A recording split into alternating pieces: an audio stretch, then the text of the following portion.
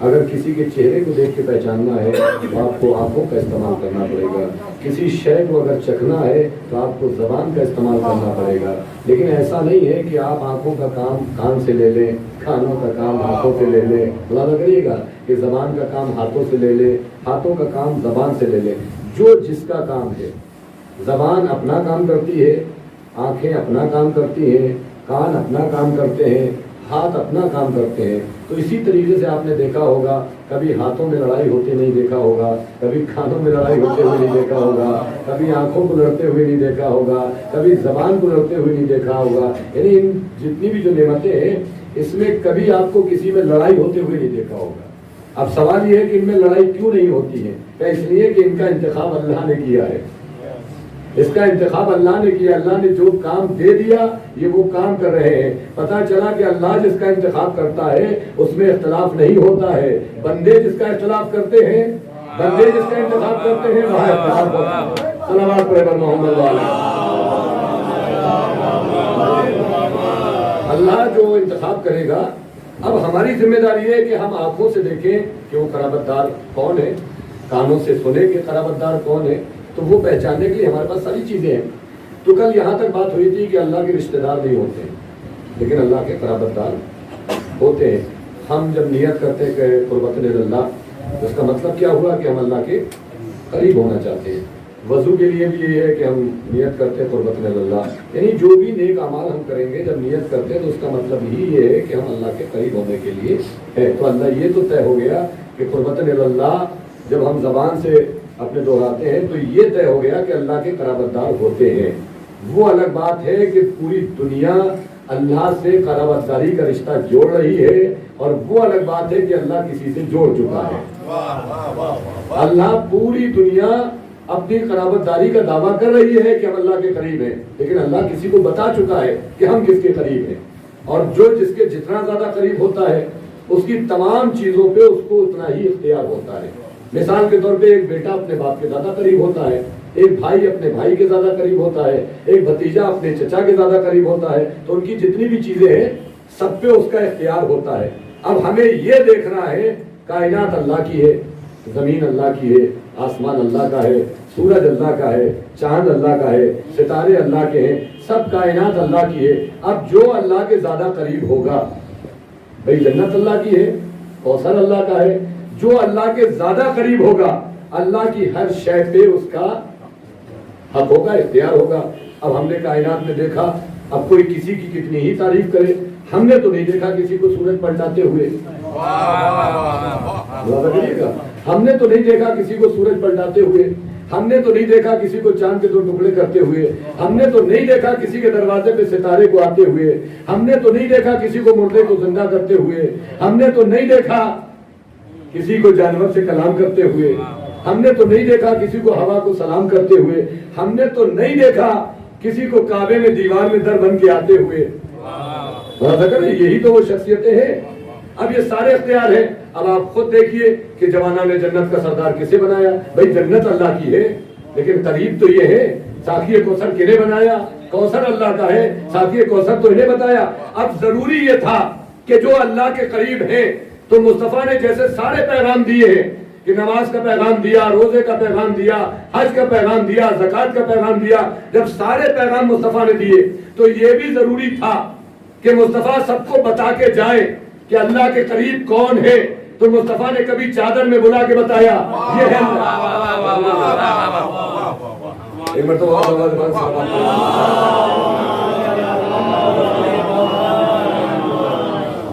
ایک مرتبہ اور بابا جوالن صلوات۔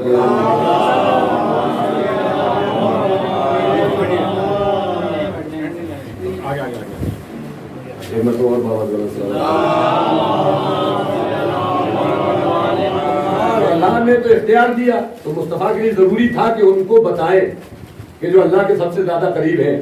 تو چادر میں بلا کے بتایا یہ ہے اللہ کے قرابت دار، مسجد میں خطبہ چھوڑ کے زانوں پہ بٹھا کے بتایا یہ ہے اللہ کے قرابت دار، عید کے دن ناقہ بن کے بتایا یہ ہے اللہ کے قرابت دار، بستر پہ سلا کے بتایا۔ اپنے بستر پہ سلا کے بتایا یہ ہے اللہ کے قرابت دار. اللہ کے گھر سے آ کے غدیر میں مجمع کو روک کے ممبر بنا کے دونوں ہاتھوں پہ بلند کر کے بتایا یہ ہے اللہ کے قرابت دار. نعرہ حیدری نعرہ حیدری نعرہ صلوات. یہ ہے اللہ کے قرابت دار. اب کتنے قرابت دار قریب ہیں اللہ کے یہ کسی اور نے تو نہیں بتایا, مصطفیٰ نے بتایا ہے. اب نماز کا پیغام مصطفیٰ دے تو ہم لے لیں, روزے کا پیغام دے, حج کا پیغام دے. دیکھیں یہ سارے قرابت داری کا تو مسئلہ تھا. آخر میں ایسے شک اور شبے پیش کر دیے گئے ذات مصطفیٰ ہی میں کہ تاکہ انسان اس عظمت کو نہ سمجھے. جیسے معراج کا مسئلہ آیا تو انہوں نے کہا نہیں روحانی معراج ہوئی تھی, جسمانی نہیں ہوئی تھی. اور اوپر سے یہ بھی کہتے ہیں کہ نالین پہن کے سرکار گئے تھے. تو جو بھی مصطفیٰ کی ذات میں شک کرتا ہے اللہ اس کا شعور چھین لیتا ہے. ذات مصطفیٰ میں جو بھی شک کرتا ہے اللہ اس کا شعور چھین لیتا ہے. اب کسی بھی غیر کے سامنے آپ کہہ دیجئے کہ صاحب نالین سمیت گئے تھے تو ہر آدمی کہے گا بھئی روح نالین کہاں پہنتی ہے, روح نالین کہاں پہنتی, جسم ہوگا تبھی تو نا. لیکن اب وہ نالین کیوں یاد رہے؟ اس لیے کہ اللہ نے یہ ان کو بتایا کہ تم کتنے ہی بلند ہو جاؤ قیامت تک رہو گے میرے مصطفیٰ کے نالین کے نیچے ہی. تم کتنے ہی بلند ہو جاؤ لیکن رہو گے مصطفیٰ کے نالین کے نیچے ہی. عرش اعظم تک وہاں نالین پہنچ گئی. تو سوچو جب مصطفیٰ کے نالین کی برابری نہیں کر سکتے, جب پوری دنیا مل کے سرکار کے نالین کی برابری نہیں کر سکتی, اب ان کی برابری کہاں سے کرو گے جنہیں کبھی زبان چسائی ہے, کبھی سینے پہ سلایا ہے, کبھی ہاتھوں پہ اٹھایا ہے. صلوات پڑھے پر محمد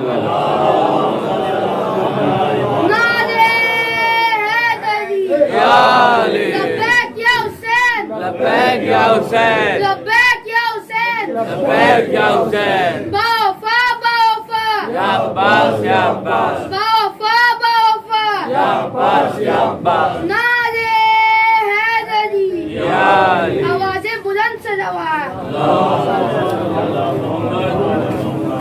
یہ ہے مصطفیٰ کے قرابت دار. اور یہ ایسے قرابت دار ہیں کہ مصطفیٰ نے ہر جگہ پہ بتایا, کیونکہ کسی ایک جگہ پہ نہیں ہے. آدمی کہہ دیتا ہم مسجد میں نہیں تھے تو کہا مسجد میں نہیں تھے عید میں تو ملو گے. کہا عید میں ہم نہیں تھے کہ صاحب مظاہرے میں نہیں گئے تھے تو غدیر میں تو گئے تھے. کون سی ایسی جگہ ہے جہاں پہ مصطفیٰ نے تعارف نہیں کرایا ہے؟ ہر جگہ پہ تعارف کرایا ہے. اب دیکھیں ایک ان کی عظمت ہے, مصطفیٰ نے اپنا بستر بچھایا اور بچھانے کے بعد علی کو سلا دیا. مصطفیٰ ہی کا گھر ہے, مصطفیٰ ہی کا بستر ہے, کوئی بیٹھنا چاہ رہا ہے, وہ چیزیں سامنے ہی تو ہے. مصطفیٰ ہی کا گھر ہے, مصطفیٰ ہی کا بستر ہے, کوئی بیٹھنا چاہ رہا ہے. بیٹی سے زیادہ باپ کو کون جانتا ہے؟ بیٹی سے زیادہ باپ کو کون جانتا ہے؟ بھئی سب سے پہلے تو بیٹی باپ کے گھر میں رہتی ہے, شوہر کے گھر میں تو بعد میں آتی ہے. اب دیکھیے بیٹی ہو تو ایسی باپ کی بھی معرفت ہو, شوہر کی بھی معرفت ہو. باپ بستر پہ بیٹھنا چاہتے ہیں, فوراً بستر سمیٹ دیا کہ بابا یہ مصطفیٰ کا بستر ہے, بابا یہ مصطفیٰ کا بستر ہے, آپ اس پہ نہیں بیٹھ سکتے. تو سوچے جو بیٹی اپنے باپ کو مصطفیٰ کے بستر پہ نہ بیٹھنے دے تو یہ کیسے ہو سکتا ہے کہ مصطفیٰ اپنے بعد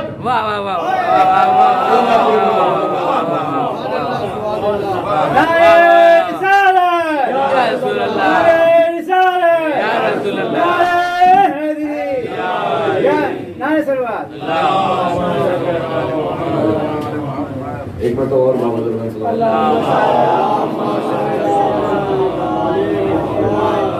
تو یہ ساری چیزیں جو ہیں ہمیں غور کرنا چاہیے, اور بچوں کے لیے بھی ہے, بڑوں کے لیے بھی ہے. کل ہم نے جو لوگ نہیں تھے ان کے علم میں اضافہ ہو جائے تاکہ پھر سے میں اپنی بات کو دہرا دوں کہ ان مجلسوں سے جو ہمیں فائدہ ملا وہ یہی فائدہ ملا کہ ہمیں عظمت مصطفیٰ کا پتہ ہے کہ مصطفیٰ کی عظمت کیا ہے. ان مجلسوں میں آنے والے نے کبھی یہ نہیں کہا کہ مصطفیٰ پڑھنا نہیں جانتے تھے, مصطفیٰ لکھنا نہیں جانتے تھے, یا سرکار 40 سال کے بعد نبی بنے. ہم نے جیسے اللہ نے مصطفیٰ کو منوایا ہم نے ویسے مانا. ہم نے دنیا کے ذریعے مصطفیٰ کو نہیں مانا. اللہ نے جیسا مصطفیٰ کو منوایا ہم نے مصطفیٰ کو ویسے مانا. بس ویسے ہی علی کو ہم نے دنیا کے ذریعے نہیں مانا, جیسا مصطفیٰ نے منوایا علی کو ہم نے ویسے ہی مانا ہے. اب یہ ساری چیزیں, ایک بستر مصطفیٰ کا تھا سلا دیا, ایک مصطفیٰ کے گھر میں بستر تھا، ہٹا دیا۔ تاریخ میں ساری چیزیں آپ کی نگاہوں کے سامنے ہیں۔ یہ وہ قرابت دار ہیں جن کے لیے مصطفیٰ نے ہر جگہ بتایا۔ 40 سال ہو گئے مصطفیٰ کو، لیکن کوئی اعلان نہیں کیا ہے۔ جب یہ آ گئے تب اس کے بعد اعلان ہوا، جب یہ آ گئے تو اس کے بعد اعلان ہوا، اور اعلان بھی کیسا ہوا کہ یہ انہوں نے ہی کہا کہ میں وعدہ کر رہا ہوں کہ آپ کا ناصر و مددگار رہوں گا۔ تو یہ فیصلہ تو اسی دن ہو گیا تھا کہ غدیر میں مولا کون بنے گا۔ اس بات کی بحث کرنے کی ضرورت ہی نہیں ہے، فیصلہ تو ذوالعشیرہ میں ہو گیا تھا، جب نبی نے کہا تھا جو میری نصرت کا وعدہ کرے گا، جو میرا وسیع، میرا خلیفہ، میرا جانشین ہوگا۔ اب جو چاہتا وہاں پہ بن سکتا تھا، لیکن ابو طالب کی نگاہوں کے سامنے کتنا حسین منظر رہا ہوگا کہ جب ابو طالب کے بیٹے نے یہ کہا ہوگا میں وعدہ کر رہا ہوں، تو اللہ نے کہا احسان کا بدلہ احسان ہے، علی تم ذوالعشیرہ میں وعدہ کر رہے ہو، ہم اس کی تصدیق غدیر میں دکھا دیں گے۔ صلوات محمد ہر جگہ پہ یہ بستر تھا۔ اور اس سے پہلے آپ چلے جائیے کہ نبی کی کیسے حفاظت کی ہے، کہ نبی کی اس سے محبت اپنی اولاد سے زیادہ کرو، اپنی جان سے زیادہ کرو، اپنے مال سے زیادہ مصطفیٰ سے محبت کرو تو صاحب ایمان ہو۔ ہمیں تاریخ میں تو نہیں ملتا کوئی ایسا انسان اس دور میں، صرف ایک ذات ہے، اب وہ ہے جناب ابو طالب کی، کہ بستر پہ مصطفیٰ کے اپنے بیٹے کو لٹا دیا تاکہ میرا بیٹا قتل ہو جائے مصطفیٰ بچ جائیں، میرا بیٹا قتل ہو جائے مصطفیٰ بچ جائیں۔ تاریخ کائنات نے آپ نے نہیں دیکھا ہوگا ایسا منظر، دنیا میں ہر باپ کو بیٹے کو آگے بڑھاتے ہوئے دیکھا ہوگا، لیکن یہ پہلا گھرانہ ایسا ہے جہاں بھتیجے کو آگے بڑھایا جا رہا ہے، پہلا ایسا گھرانہ ہے جہاں بھتیجے کو آگے بڑھایا جا رہا ہے، اور یہ بتایا جا رہا ہے کہ بڑھانے سے عزتیں ملتی ہیں، ہٹانے سے عزتیں چلی جاتی ہیں۔ آج پوری دنیا میں آپ دیکھیے، عیسیٰ کو اللہ کا بیٹا مانا گیا، کسی کو کچھ مانا گیا، جو جس امت میں تھا اس نے اپنے نبی کو کہاں نہیں مانا۔ کوئی اللہ کا بیٹا مان رہا ہے، کوئی کچھ مان رہا ہے، کیا مطلب ہے؟ کہ یہ سب کیوں بڑھا رہے ہیں؟ کہ یہ محبت میں بڑھا رہے ہیں؟ ہم نے گھٹایا کہا جاتا ہے کہ جہاں عداوت ہوتی ہے وہاں گھٹایا جاتا ہے، جہاں محبت ہوتی ہے وہاں بڑھایا جاتا ہے۔ اب دنیا میں ڈھونڈ کے جائیے کہ جو اپنے جیسا سمجھ رہے ہیں، جناب ابو طالب زندہ باد، جناب ابو طالب زندہ باد، جناب ابو طالب زندہ باد، نعرہ حیدری، نعرہ صلوات۔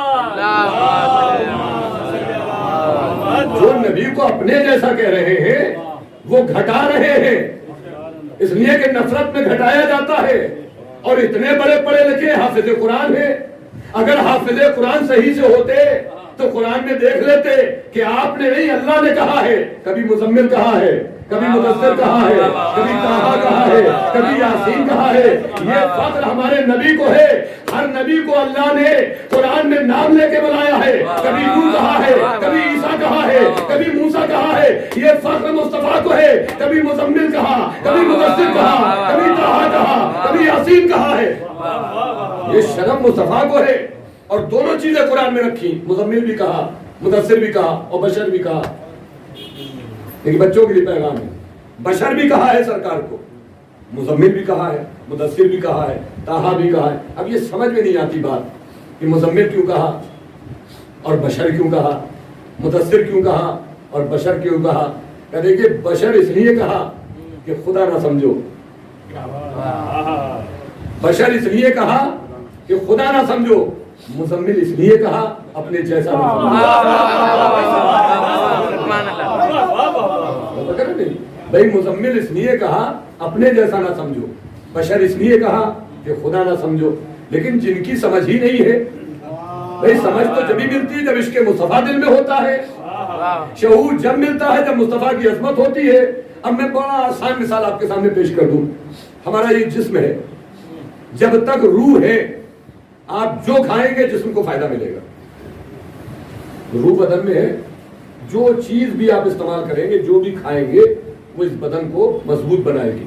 لیکن روح نکل جائے کچھ نہیں، لیکن روح کی غذا نکلنے کے بعد باقی رہتی ہے۔ جسم کی غذا جب ختم ہو جاتی ہے، جب روح نکل جاتی ہے، لیکن روح کی غذا باقی رہتی ہے۔ اب آپ کہیں گے وہ کیسے؟ یہ ایصال ثواب کیا ہے؟ یہ فاتحہ کیا ہے؟ یہ درود کیا ہے؟ یہ قرآن کی تلاوت کیا ہے؟ یہ روحی کے لیے تو ہے کہ فلاں صاحب کی روح کے اشارے ثواب کے لیے، تو روح کی غذا تو باقی ہے. لیکن یہ جسم ہے، مٹی سے ملتا ہے سب کچھ، ڈائریکٹ ملتا ہے، بغیر ڈائریکٹ ملتا ہے. تو جسم کو سب غذائیں مٹی سے ملتی ہیں. روح کو غذا عبادت الہی سے ملتی ہے، اطاعت الہی سے. یہ بڑا آسان طریقہ ہے. لیکن کبھی کبھی ایسا ہوتا ہے کہ جو غذائیں ابھی تک جسم کو مل رہی تھیں، اگر یہ جسم بیمار پڑ جائے تو ان غذاؤں کا ذائقہ بدل جاتا ہے. جو ہمارا جسم ہے، جو غذائیں ہمیں مل رہی ہیں بڑے اچھے سے ہم کھاتے ہیں، استعمال کرتے ہیں، ہم میٹھی لگ رہی ہیں، لیکن اگر جسم بیمار پڑ جائے تو وہ غذائیں ہمیں کڑوی لگنے لگتی ہیں. میٹھی غذائیں کڑوی لگنے لگتی ہیں. اب ذہن میں یہ رکھیے گا، کسی کو خیبر کڑوا لگتا ہے، کسی کو خندق کڑوا لگتا ہے، کسی کو شب ہجرت کا بستر کڑوا لگتا ہے، کسی کو عشیرہ کا کڑوا لگتا ہے، کسی کو غدیر کا منبر کڑوا لگتا ہے، کسی کو علم کڑوا لگتا ہے، کسی کو تعزیہ کڑوا لگتا ہے، کسی کو مجلس کڑوی لگتی ہے، کسی کو جلوس کڑوا لگتا ہے. کیوں لگتا ہے؟ سوال یہ ہے کیوں لگتا ہے کہ جب جسم بیمار ہوتا ہے تو جو مٹی سے غذائیں ملتی ہیں وہ کڑوی لگنے لگتی ہے، لیکن جب روح بیمار ہوتی ہے تو جو وہاں سے آتا ہے وہ کڑوا لگنے لگتا ہے.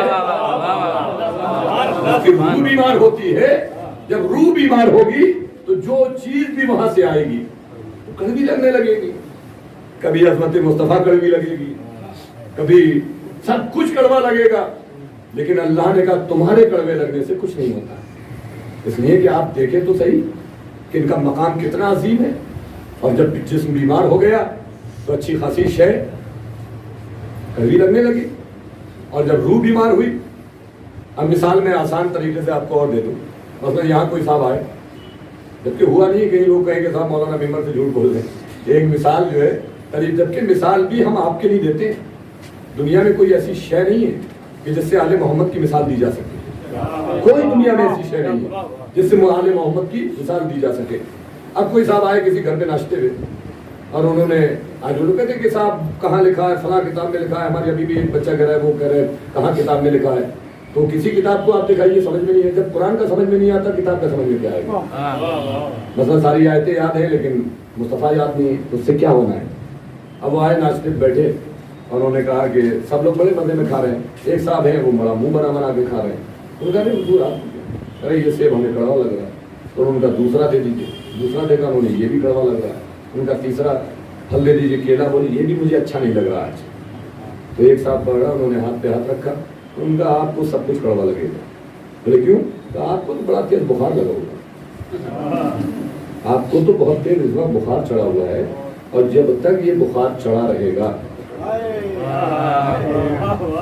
اتنی خاموشی سے یاد ہونے میں خاموشی پڑا ہوگا نا.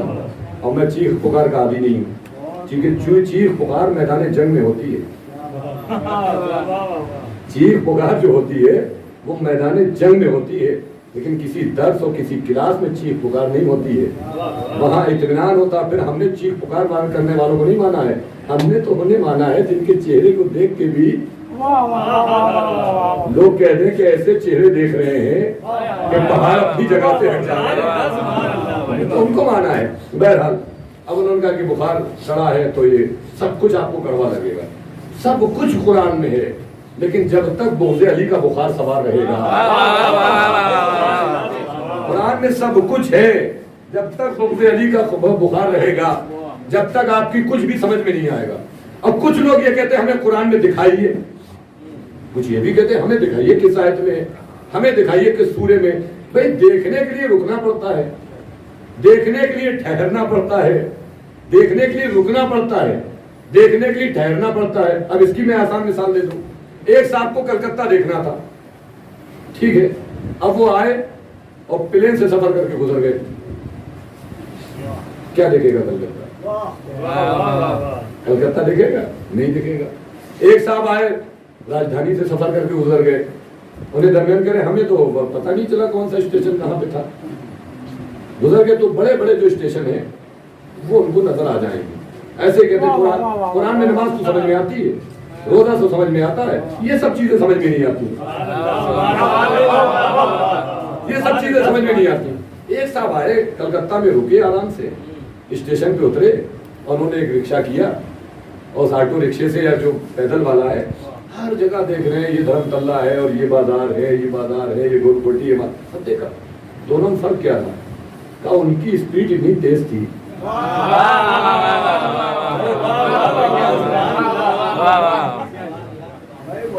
ان کی اسپیڈ اتنی تیز تھی پلین کی کہ انہیں کلکتہ چراغوں کے علاوہ کچھ نظر نہیں آیا.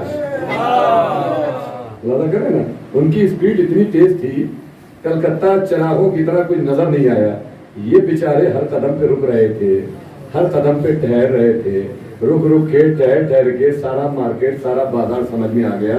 کچھ کرنے کی ضرورت نہیں ہے، قرآن میں سب کچھ موجود ہے. بس ہم آپ کو یہی بتا رہے ہیں کہ قرآن پلین کی اسپیڈ سے نہ پڑھنا ورنہ کچھ سمجھ میں نہیں آئے گا.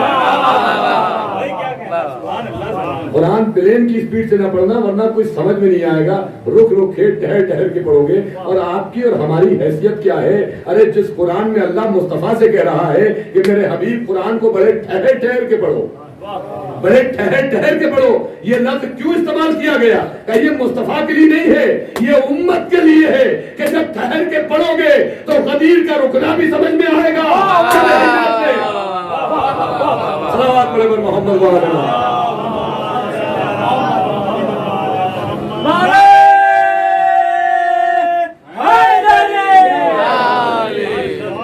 تو یہ آپ کی اور ہماری ذمہ داری ہے کہ ہم قرآن کو ٹھہر کے پڑھیں.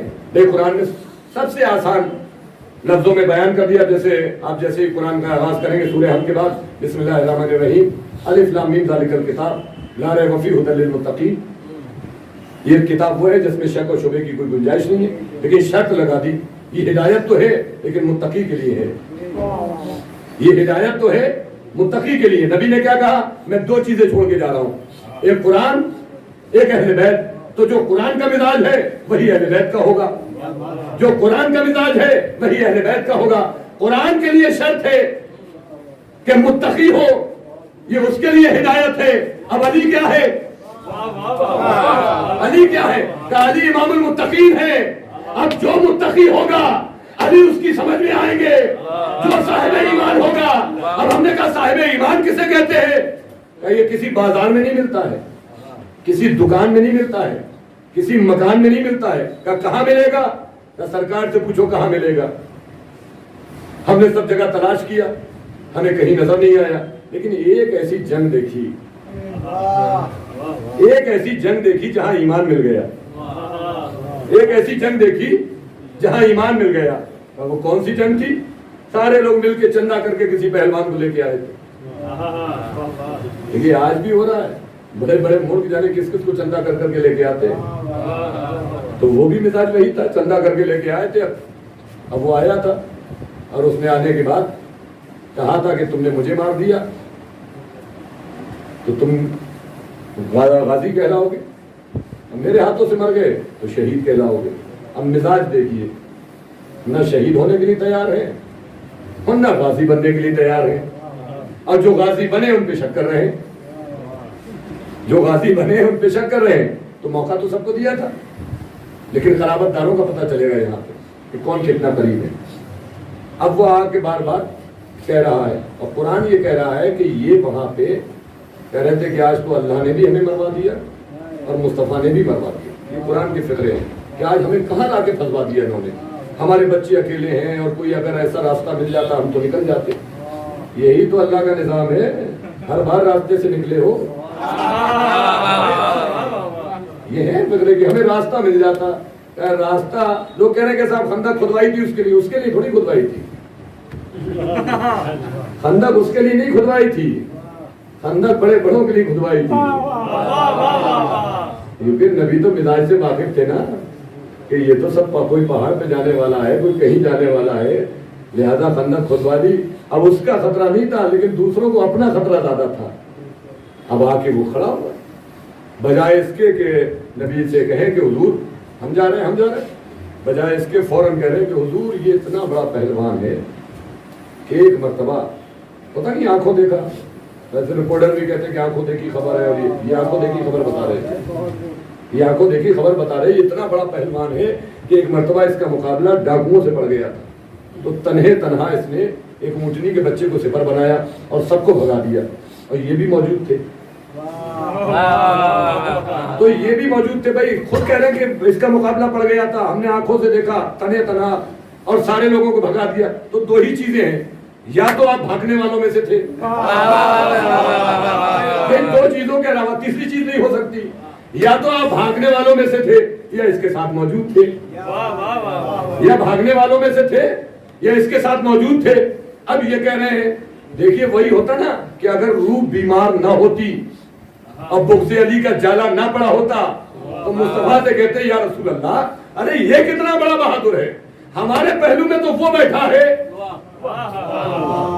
یا رسول اللہ یہ کتنا بڑا بہادر ہے، ہمارے پہلو میں تو وہ بیٹھا ہے جس نے گہوارے میں اجگر کے 2 ٹکڑے کر دیے، لیکن کچھ نہیں، اللہ کے رسول کا جام نہیں۔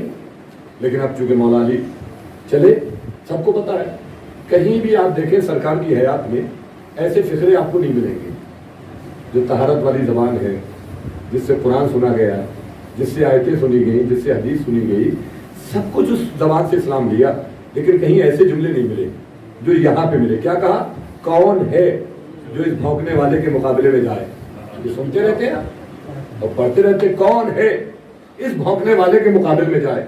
نبی پہ کوڑا ڈالا گیا، لیکن نبی نے ان فکروں کو استعمال نہیں کیا، کسی نے کانٹے بچھائے، مصطفیٰ نے ان فکروں کو استعمال نہیں کیا، سب کچھ لوگ اذیتیں دیتے رہے، سرکار نے استعمال نہیں کیا، لوگ پتھر برساتے رہے، مصطفیٰ نے ایسے جملوں کو استعمال نہیں کیا۔ آخر اس کے لیے کیوں کہا؟ کون ہے جو اس بھونکنے والے کے مقابل میں جائے؟ کہ سرکار آپ نے کیوں کیا؟ کہ اس نے سب سے پہلی گستاخی یہ کی تھی کہ میرے خیمے کے دروازے پہ نیزہ مار کے دعویٰ کیا تھا، خیمے کے دروازے پہ نیزہ مارا تھا۔ خیمہ کہے کا تھا؟ کپڑے کا۔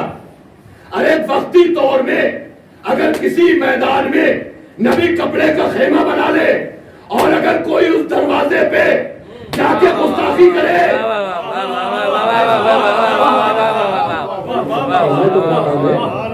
سمجھنا تو آپ کا نام ہے نا، بچوں کے لیے پیغام، بزرگوں سے بات کروں، اگر نبی کا خیمے بنا لے اور اس خیمے کے دروازے پہ وقتی طور پہ کوئی جا کے گستاخی کرے تو رسالت کی نگاہوں میں وہ بھونکنے والا ہوتا ہے،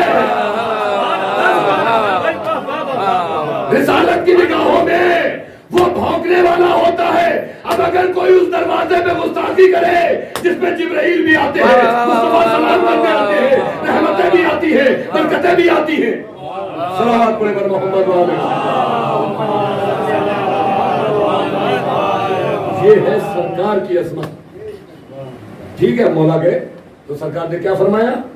آج کل کفر کے مقابل میں کل ایمان جا رہا ہے، یعنی دونوں چیزوں کو سمیٹ دیا، ایمان بھی کل سمیٹ دیا اور کفر بھی سمیٹ دیا، کہ آج کل کفر کے مقابل میں کل ایمان جا رہا ہے۔ تو نبی نے قیامت تک کے لیے پیغام دیا کہ جو علی کے ساتھ ہوگا اس کے پاس ایمان ہوگا، جو علی والوں کے مقابل میں آئے گا وہ کل بھی کل کفر تھا، آج بھی کل کفر ہے، ہمیشہ رہے گا۔ صلوات پڑھے پر محمد والا چلے گئے، بہرحال سب بیٹھے ہوئے، سب دیکھ رہے ہیں، جان میں تو جان آئی گئی کہ علی گئے تو، اور اس سے سب باتیں ہوئی، آپ مجھ سے بہتر جانتے ہیں کہ اس نے کیا کہا اور کیا آپ سے ساری چیزیں۔ بہرحال مولا علی اس کے سینے پہ سوار ہو گئے، لو آپ کا واقعہ سنا ہوا ہے، مولا علی اتر آئے، وہاں جتنے بیٹھے تھے برابر میں سب میں کھنولی ہو گئی۔ ارے بتائیے یا رسول اللہ، علی نے اتنا اچھا موقع چھوڑ دیا، یا رسول اللہ علی نے اتنا اچھا موقع چھوڑ دیا، اب جو ہمیشہ موقعوں کی تلاش میں رہتے ہیں، اس سے بہتر تو جملہ نہیں ہو سکتا نا بھائی، جو ہمیشہ موقعوں کی تلاش میں رہتے ہو تو ان کو تو موقع برا لگے گا، چھوڑ دیا۔ علی آئے ان سے پوچھ لینا، بتائیے اگر یہ ایسا ہو گیا، اچھا خاصا موقع تھا، اس کو دیر کر لیا تھا، ان کی نظروں میں جو موقع لگ رہا تھا علی کے لیے کیا تھا؟ ہم اور آپ یہاں پہ بیٹھے ہوئے ہیں، اگر ایک بچھو نکل آئے تو سب اٹھ کے بھاگے، فطرت ہے کہ کاٹ لے گا، اور وہیں پہ کوئی چونٹی نکل آئے کون بھاگے گا؟ کوئی ڈرے گا؟ جو بیٹھے ہوئے تھے ان کی نگاہوں میں وہ بچھو تھا،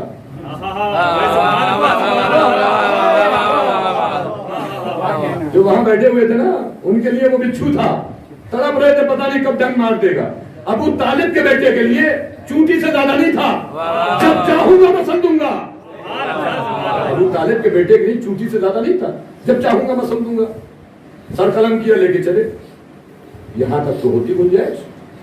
اب جو دیکھا آتے ہوئے, یا رسول اللہ دیکھ رہے علی کیسے سر اٹھا کے چل رہے ہیں, اب کب تک برداشت کرے رسول اللہ بھی. بھائی جانے کے لیے تیار نہیں تھے, غازی بننے کے لیے تیار نہیں تھے, شہید ہونے کے لیے تیار نہیں تھے. اب رسول اللہ کب تک, کیونکہ یہی تو وہ ہیں جو بستر پہ سوئیں گے, یہی تو وہ ہیں جو غدیر میں مولا بنیں گے. کب تک سنتے رہے؟ تو رسول نے بھی مسکرا کے فرمایا میں کیا کروں, علی کا جھومنا بھی اللہ کو پسند ہے, علی کا چلنا بھی اللہ کو پسند ہے, علی کا بلند ہونا بھی اللہ کو پسند ہے. ابھی ہو گیا مسئلہ, علی آ گئے. اب کیا معاملہ تھا کہ اس دور میں لاشیں تک گر جاتی تھی. ہم لوگ سمجھ نہیں پائیں گے کیوں گر جاتی تھی, کیونکہ جو آتے تھے وہ بدن پہ زیورات پہن کے آتے تھے, سونے کے زیورات پہن کے آتے تھے. اب انہوں نے دیکھا کہ علی نے تو کچھ ہوا ہی,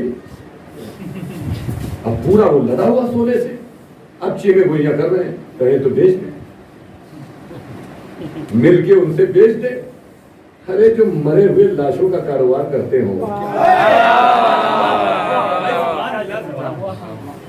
جو مرے ہوئے لاشوں کا کاروبار کرتے ہوں, وہ کیا دین کے سردار بنیں گے. اور یہ جناب امیر ہے جو مردوں کے مال کو دیکھا بھی نہیں کرتے ہیں.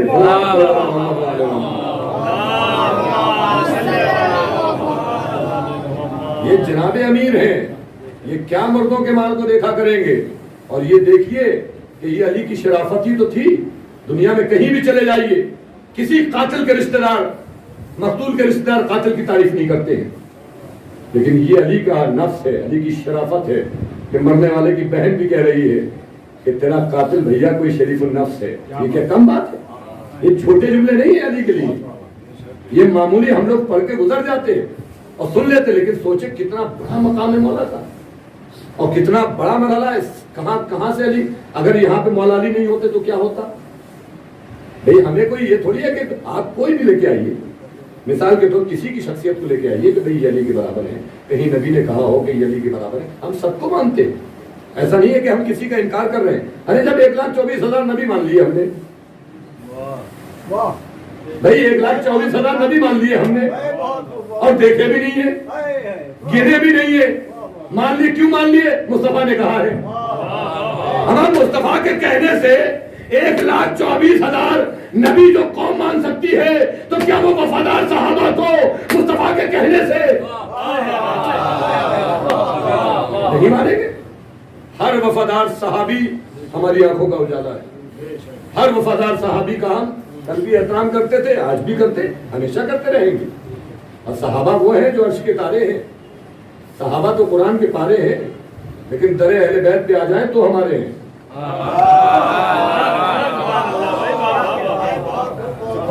صحابہ تو آسمان کے تارے ہیں, صحابہ تو قرآن کے پارے ہیں, لیکن در اہل بیت پہ آ جائیں تو ہمارے ہیں. اور در اہل بیت پہ جو آ گیا وہ ہمارا ہے. کوئی کسی سے ضد اور بحث نہیں ہے کہ میں جسے ہماری کسی کے خلاف نہیں ہے, یہ یزیدیت کے خلاف ہے. میں جسے جو ہے ہماری, ہم کسی کے خلاف نہیں. ہم اپنے بچوں کو بتانا چاہتے ہیں کہ بیٹا جس گھر میں تم پیدا ہوئے ہو, 14 معصومین کا مقام کیا ہے, 12 ماہ اماموں کا مقام کیا ہے. بھئی دنیا کے ہر گھر میں ہوتا ہے, جو وراثت ہوتی تو وہ بتانا تو ضروری ہے, لیکن یہ ہمارا شرف ہے کہ ہم اپنے بچوں کو بتانے کے لیے فرش اعلیٰ بچھاتے ہیں, اور بزرگ بھی اس میں شریک ہو جاتے ہیں. وہ تصدیق کرتے جاتے ہیں کہ مولانا جو کہہ رہے ہیں وہ بہتر کہہ رہے ہیں. یہ سبحان اللہ کچھ اور نہیں ہے, یہ ان فکروں کی تصدیق ہے جو منبر سے کہا جاتا ہے. اور آج جو لوگ ہاتھ اٹھا کے داد دیتے ہیں, بہت سارے لوگ کہتے ہیں کہ صاحب بتائیے وہ داد اتنی دے دیتے. ارے داد ہمیں تھوڑی دی جاتی ہے, اور ہر کوئی داد دے بھی نہیں سکتا. کوئی مولوی کسی سے داد نہیں دلوا سکتا, کوئی عوام کا انسان جان بوجھ کے داد نہیں دے سکتا ہے, کوئی کسی کو داد نہیں دے سکتا ہے. داد دینے کے لیے رگوں میں لہو کا پاک ہونا ضروری ہے. داد دینے کے لیے رگوں میں لہو کا پاک ہونا ضروری ہے. ہر کسی کی زبان سے سبحان اللہ نہیں نکلتا, ہر کسی کی زبان سے علی کا نام نہیں نکلتا, ہر کسی کی زبان سے حسین کا نام نہیں نکلتا. یہ ان آغوشوں میں پلنے والے جو کبھی ناد علی سے لوریاں دی جاتی ہیں، کبھی آیت الکرسی پڑھ کر لوریاں دی جاتی ہیں، اور کم سے کم آج ہمارے بچے کیوں بہادر ہیں؟ آپ نے دیکھا کہ جلوس نکلتا ہے اور دنیا جانتی ہے کہ انہیں سب جگہ روک لیں گے، آپ عزاداری میں نہیں روک پائیں گے۔ کیوں نہیں روک پائیں گے؟ سوال یہ ہے کہ عزاداری میں کیوں نہیں روک پائیں گے؟ حکومتیں جانتی ہیں نہیں روکیں گے، حکومت بھی کہہ دیتی ہے۔ ایک تو چیز یہ ہے ان کے معلوم ہے یہ شجاع ہے، دوسری چیز انہیں یہ بھی معلوم ہے یہ شریف ہے، انہیں یہ معلوم ہے کہ ان کے یہاں شرافت اتنی ہے کہ جلوس میں اگر 1,00,000 آدمی بھی ہوگا تو نہ کسی دکان کا شٹر ٹوٹے گا، نہ کوئی تالا ٹوٹے گا، نہ کسی دکان کا تالا ٹوٹے گا، نہ کوئی شٹر ٹوٹے گا، نہ کوئی ٹھیلا لٹے گا۔ سمجھ رہے ہیں؟ یہ شرافتوں کا عالم ہے، بلکہ یہ لٹاتے ہوئے چلیں گے، یہ جلوس میں لٹاتے ہوئے چلیں گے۔ کبھی ٹھیلے والے کو پانی پلائیں گے، کبھی دکان والے کو تبرک دیں گے، کبھی چوراہے والے کو سبیل کا پانی پلائیں گے۔ یہ جہاں بھی جائیں گے اپنی شرافت پیش کرتے ہوئے چلے جائیں گے۔ اور شجاع بہادر کیوں ہے؟ کہ اس کی وجہ یہ ہے کہ دنیا کے پاس وہ درس نہیں ہے جو انہیں دیا گیا ہے۔ یہ بہادر اس لیے ہے کہ جب ماں کی آغوش میں آتے ہیں اور جب سننے کے لائق ہوتے ہیں تو کبھی خیبر کی کہانی، کبھی خندق کی کہانی، کبھی بدر کی کہانی ہماری ماں نے سنائی۔ اب دنیا کیوں نہیں بہادر ہے؟ کیا کہانی سنائی جائے؟ جو دنیا کے بچے ہیں وہ بہادر کیوں نہیں ہیں؟ انہیں کہانی سنائے تو کیا سنائے؟ کہ بدر میں کیسے گئے تھے، احد میں کیسے گئے تھے؟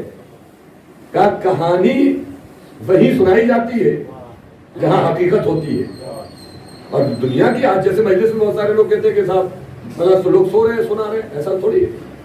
بہت سارے لوگ سو جاتے ہیں، مولانا سنا رہے نہیں بھائی، ڈاکٹر مرض دیکھ کے دوائی دیتا ہے، جو ہوشیار ہوتا ہے، جو ہوشیار ڈاکٹر ہوگا وہ مرض دیکھ کے دوائی دے گا، اور جو ہوشیار نہیں ہوگا وہ پورا جھولا بھر کے دے دے گا۔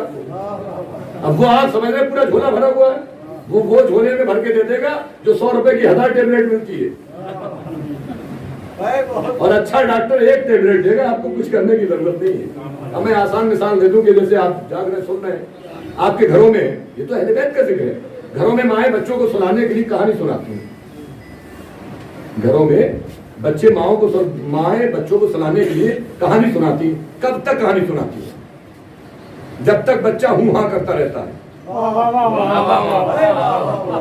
جب تک بچہ ہوں ہاں کرتا رہتا ماں کہانی سناتی رہتی، ستاروں کی کہانی، دادی کی کہانی، نانی کی کہانی۔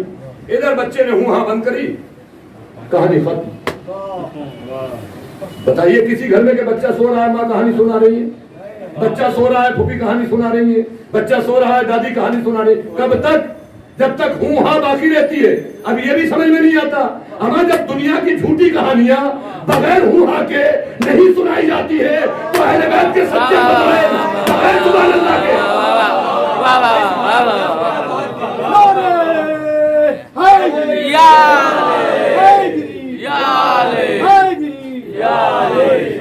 دنیا کی جب جھوٹی کہانیاں بغیر ہوں ہاں کے نہیں سنائی جاتی ہیں،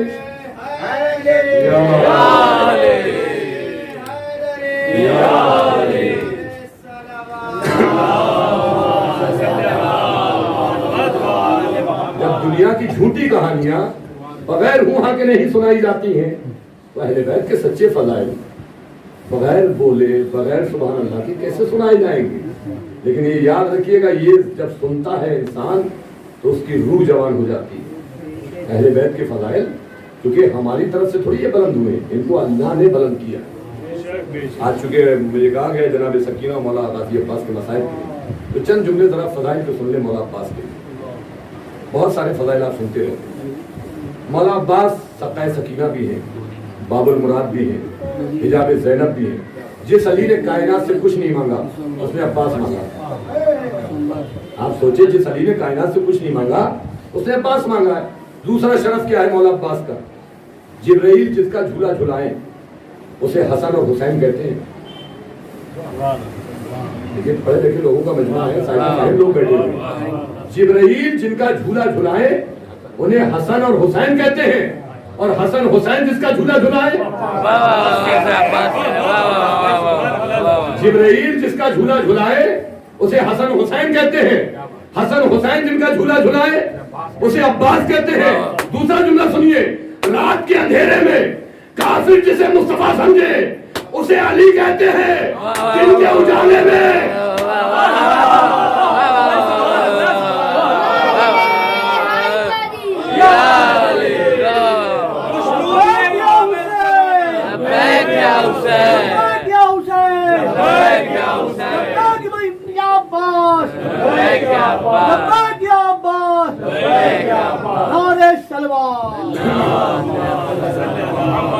یہ ہے مولا عباس کی شان۔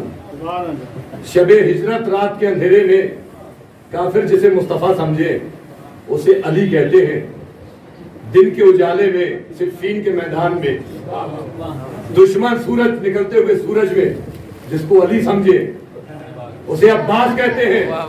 تلوار دیکھ کے خیبر میں بھیڑ اور بکری کی طرح مجمع بھاگ جائے اسے علی کہتے ہیں، جس کی نگاہوں کو دیکھ کے کربلا میں گھاٹ خالی ہو جائے۔ حسینیت زندہ باد، حسینیت زندہ باد، حسینیت مرد آباد، حسینیت مرد آباد، حیدری جیتے رہو۔ تلوار جس کی دیکھ کے مجمع بھیڑ و بکریوں کی طرح بھاگے اسے علی ابن ابی طالب کہتے ہیں، جس کی نگاہوں کو دیکھ کے مجمع گھاٹ کے گھاٹ خالی کر دے اسے عباس کہتے ہیں۔ یہ ہے مولا عباس۔ انشاءاللہ کبھی موقع ملے گا تو آپ فضائل سنیں مولا عباس کسے کہتے ہیں۔ لیکن اتنی سارے کمال کے باوجود بھی نگاہیں لب امام پہ رہتی تھی، نگاہیں لب امام پہ رہتی تھی۔ بڑا عجیب تاریخ نے یہ منظر کائنات کو دکھایا کہ بہادر تو بہت گزرے ہیں لیکن جو حکم امام کی دیواروں میں قید ہو اسے عباس کہتے ہیں۔ کربلا نے یہ سارے منظر دیکھے، لڑنے کا اذن دیتے اگر شاہ خوش خصال، تیور بدل کے رنگ میں دکھاتا فن کمال، لیتا پھر ایک ہاتھ میں تلوار ایک میں ڈھال، فوج یزید سامنے رکتا کہاں مجال، ہم اذن پا کے آتے اگر اپنی بات پر، لاشوں کے ڈھیر دیکھتے مہر فرات پر، دریا بہاتا خون کے میں چاہتا اگر، خیم و تلک فرات کو لاتا میں کاٹ کر، چشمہ بہاتا دشت میں ٹھوکر کو مار کر، مشق سکینہ کو بھی ہوتا نہ کوئی ضرر، میں مرضی امام سے مجبور ہو گیا، حکم شہ امام سے مجبور ہو گیا، کیا میں نہیں ہوں حیدر کرار کا پسر، کیا میں نہیں ہوں صفدر جرار کا پسر، کیا میں نہیں ہوں جعفر طیار کا پسر، کیا میں نہیں ہوں لشکر سردار کا پسر، دیکھا نہیں ہے تم نے ہمارا جلال کیا، دشمن ہمارے سامنے ٹھہرے مجال کیا، صفین میں صفوں کی صفائی ہمیں نے کی، بدر و احد کی فتح ہماری سر رہی، خیبر کی جنگ آج بھی بھولے نہ خیبری، رن میں قدم جما کے ہٹائے نہ پھر کبھی، جس میں بھی ہر ایک شجاع ہر ایک دلیر ہے اس ہاشمی گھرانے کا عباس شیر ہے، جس میں بھی ہر ایک شجاع ہر ایک دلیر ہے اس ہاشمی گھرانے کا عباس شیر ہے۔ سن کر یہ فوج کی نے کیا شیر نر پہ وار، آیا ادھر بھی غیظ میں سمسا میں کردگار، حملہ کیا کہ ہلنے لگا دشت کارزار، دو اس طرف کو گر گئے اس طرف کو چار، بھاگوں کا شور کاف سے تاکاف کر دیا، رستہ جری نے نہر تلک صاف کر دیا۔ یہ کمال ہے مولا عباس کا۔ لیکن ایک اور شخصیت ہے جس کا نام سکینہ ہے، رشتہ کتنا گہرا ہے۔ آج بھی آپ دیکھیں سارے عظیم ہیں، سب نے محبت کی ہے سکینہ سے، لیکن سکینہ اور عباس کی محبت کا انداز بڑا الگ ہے۔ آج بھی مشق سکینہ غازی عباس کے علم میں موجود رہتی ہے۔ عزیزوں ایسا لگتا ہے جیسے کوئی بھتیجی اپنے چچا کے گلے میں باہیں ڈالے ہوئے۔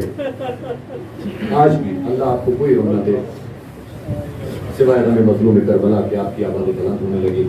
پروردگار آپ کی گریہ کو قبول فرمائے، مانین مجلس کیا کو اللہ تمام ان کی جائز حاجتوں کو پورا فرمائے، اور جو بھی ان کے عزیز اور رشتہ دار اس دنیا سے گزر چکے ہیں اللہ اس فرش اللہ کے صدقے میں ان کی مغفرت فرمائے، اور خصوصاً وہ مومنین اور مومنات جو ان مجالسوں میں شرکت کرتے تھے آج ہمارے درمیان میں نہیں ہے، اللہ ان کی بھی مغفرت فرمائے، ہر جگہ اللہ ان کی آپ کی حفاظت۔ بس یہ سمجھیے جب مصائب ہوتے ہوں اور آپ کے رخسار پہ آنسو پڑے ہوئے تو جو دعا بھی کسی بیمار کے لیے جس کے لیے بھی آپ چاہیں گے اللہ آپ کی دعا کو قبول کرے گا، کیونکہ کربلا کے وہ مصائب ہے کہ ہم اور آپ کے ہیں جہاں زمین میں آنسو بہائے ہیں، جہاں آسمان میں آنسو بہائے ہیں، کتنا ناز تھا اپنے چچا پہ سکینہ کو، کتنا ناز تھا، لیکن جیسے ہی فرات کے کنارے شانے کٹے سکینہ کو یقین ہو گیا میرے گوشوارے چھن جائیں گے۔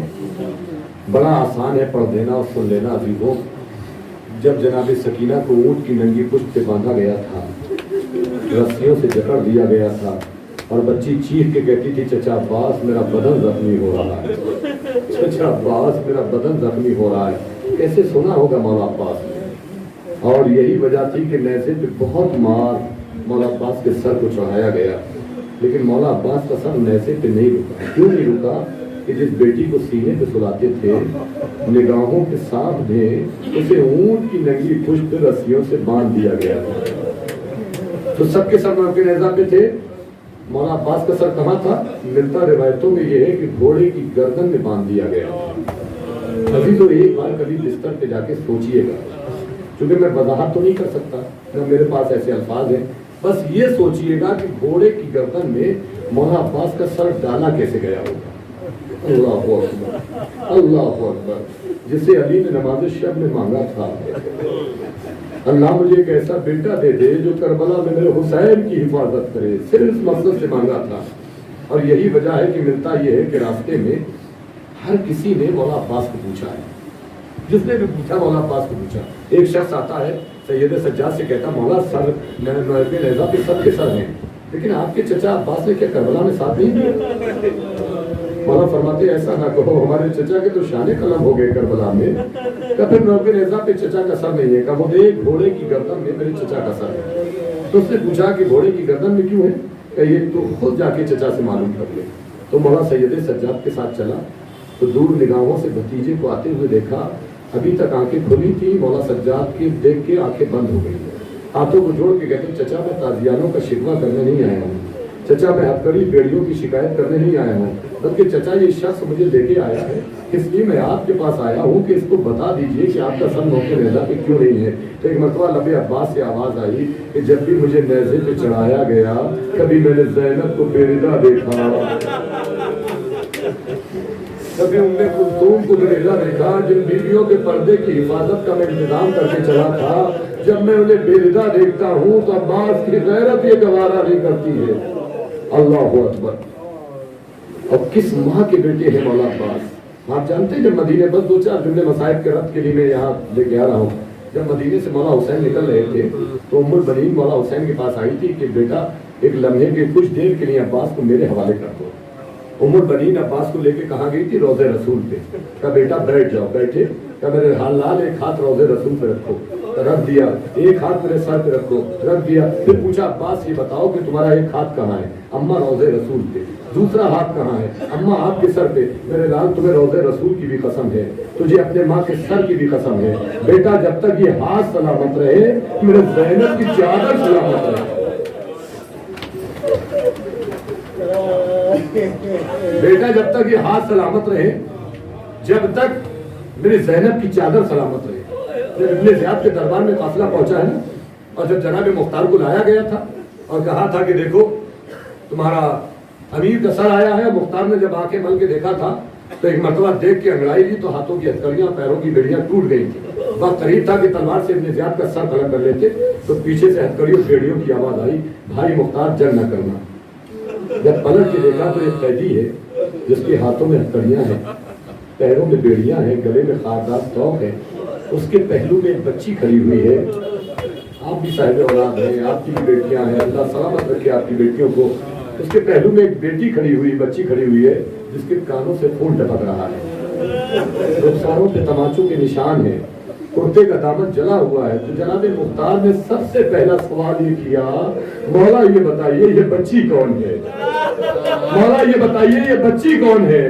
تو جناب سید سجاد نے کہا مختار یہ میرے بابا کے سینے پہ سونے والی سکینہ ہے۔ تو مختار نے کچھ نہیں کہا، بس ایک جملہ کہا، مولا یہ بتائیے ارے کربلا میں کیا عباس نے ساتھ نہیں دیا؟ اللہ اکبر۔ مولا یہ بتائیے کہ کربلا میں عباس نے ساتھ نہیں دیا؟ اللہ اکبر۔ کتنا ناز تھا، کتنا ناز تھا ہر کسی کو مولا عباس پہ۔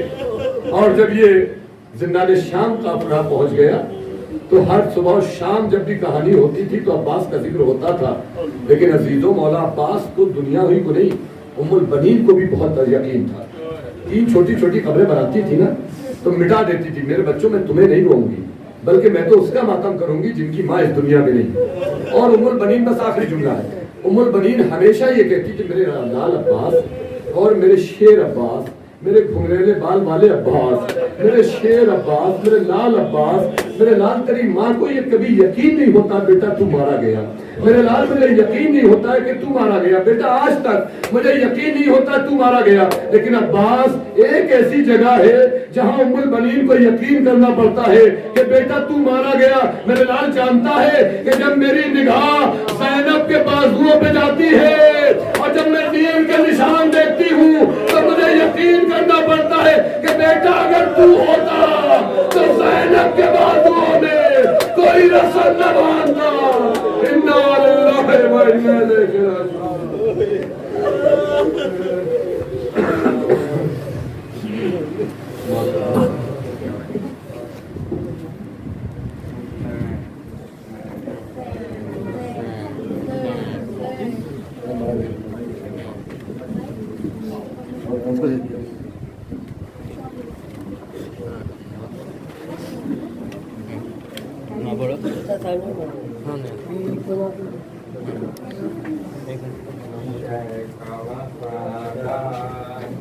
عباس علمدار گیا نہر پہ مارا, شہ کا وفادار عباس علمدار گیا نہر پہ مارا, شہ کا وفادار عباس علمدار گیا نہر پہ مارا.